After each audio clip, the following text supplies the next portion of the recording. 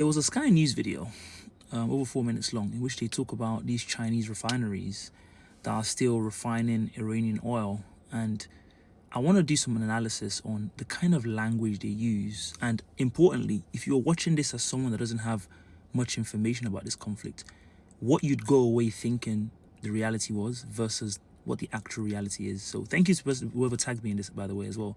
I'll try and find you. Shout out to you for tagging me. Really appreciate it. The main bits that I want to analyze, and I think what you're going to find in both of these elements is that the perspective of the Western reporter, the Sky News reporter in this case, is that we run the world and everyone has to do everything we say. Like, the imperialist arrogance of this woman is just dripping through our entire language. So let's look at the first clip. They buy oil cheap from whoever they can and sell local to cover their tracks. It's a system designed to skip sanctions. So she says they sell locally to cover their tracks. Who would they be covering their tracks from? They're in China, and the government of China, who is the supreme authority in the country, has no issue with what they're doing. So why should they be covering their tracks? What she means to say is that they're selling locally because there's a need locally, and there's no need to sell it to people that are going to be dealing in dollars that's going to be sanctioned. So why just not sell to people that are going to be dealing in yuan, which is not sanctioned, and so we can do what we want? So the idea that they even have to sell locally, because if they try to sell in probably wider places in China, they might have sanctions issues because other countries that they want to sell to, even local countries, maybe small islands that are in the Pacific or in the Asia region, wouldn't want to buy from them because they'll be scared of the US sanctioning them. Just imagine that. Imagine you're an island that can buy a really cheap oil from this refinery, but because the US can destroy your economy with sanctions, you're not able to. So you have to buy the more expensive one that has the permission of the Western states, namely the US in this case, to use have oil. Why does the US have that much power to determine what people can buy and can't buy? Why? These are the kind of things that it might be worth pointing out to the audience. That, of course, means Iran.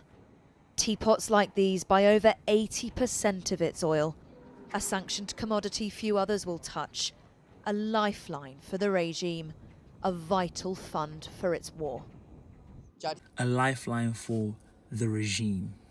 I'm going to get to the second aspect where she talks about how it's crucial to keeping the war going. But when she says the regime, does she just mean the Iranian people? Who benefits the most from Iran continuing to function as a normal country? Is it the handful of elites that run the country? Or is it the millions and millions of people that actually live there? If Iran is unable to sell oil and is unable to get any money to provide basic public services, healthcare, education, all that kind of stuff to run its economy, its central bank can't process funds, who's going to suffer more? The citizens or the government? So you can see again how the facade of sanctions actually target the government, when in reality sanctions are meant to be collective punishment, which is exactly what they are. She's saying the fact that Iran can continue to function as a country is a lifeline for the regime. I guess it makes sense, right? Because in her stupid Western imperialist racist mind, if the country collapses, that means the government will collapse even faster, which is really what the goal of the Western sanctions and war in Iran actually is. So it makes sense that she's speaking from as someone who actually really supports that kind of immoral goal. So she doesn't make the point that actually Iran being able to continually function helps the citizens, because she doesn't care about them. All she cares about is the geopolitical chess that our immoral countries are trying to wage on Iran.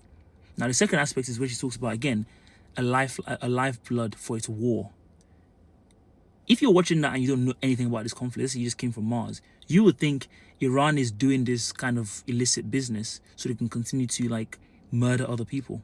You wouldn't know that Iran is defending itself from the illegal and immoral barbaric actions of the US and by extension the UK. So she could have said a lifeline for its defense, which is really what it is, but she says a lifeline for its war, to make it sound like Iran is the warlike country here, as opposed to a country that's just simply defending itself from the illegal attacks taking place by people that she supports and she's kind of complicit in, because the UK, our government represents us.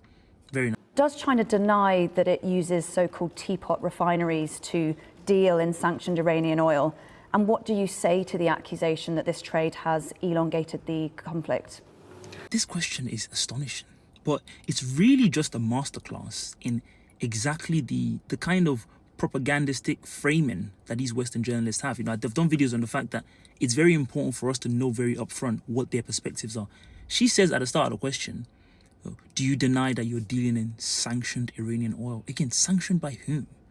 The United States makes a rule saying no one can buy Iranian oil. Why should every country listen to them? Does she ask herself that question? So if the US decides to sanction the UK, would she want to obey their sanctions? Would she say, yes, we accept that we're just your slaves and you can punish us in however way you deem fit? Why should they listen to you? Why?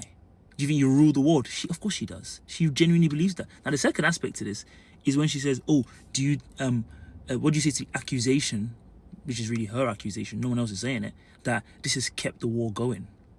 So you mean like, as in, it's allowed Iran to continue to function as a country to the great disappointment of the kind of people you're supporting in the immoral war against them? Well, I can see how that would disappoint you, all right?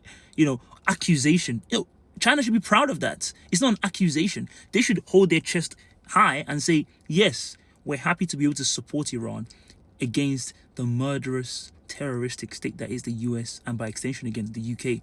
But she makes it sound like accusation, as though like that's actually a bad thing. Trying to help the people on the side of international law is a bad thing. Again, it would make sense to someone like her because we're always on the side of the immoral and barbaric side of things. So if someone is now supporting the people that oppose us because we're doing illegal stuff to them, I can see how that would shock her.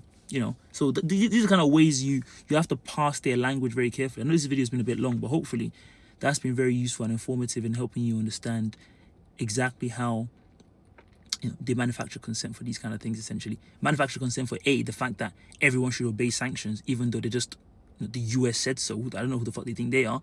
And then secondly, the idea that people should be embarrassed by the fact that they're on the side of the people that we're trying to destroy. Like, how dare you do that? Just crazy stuff.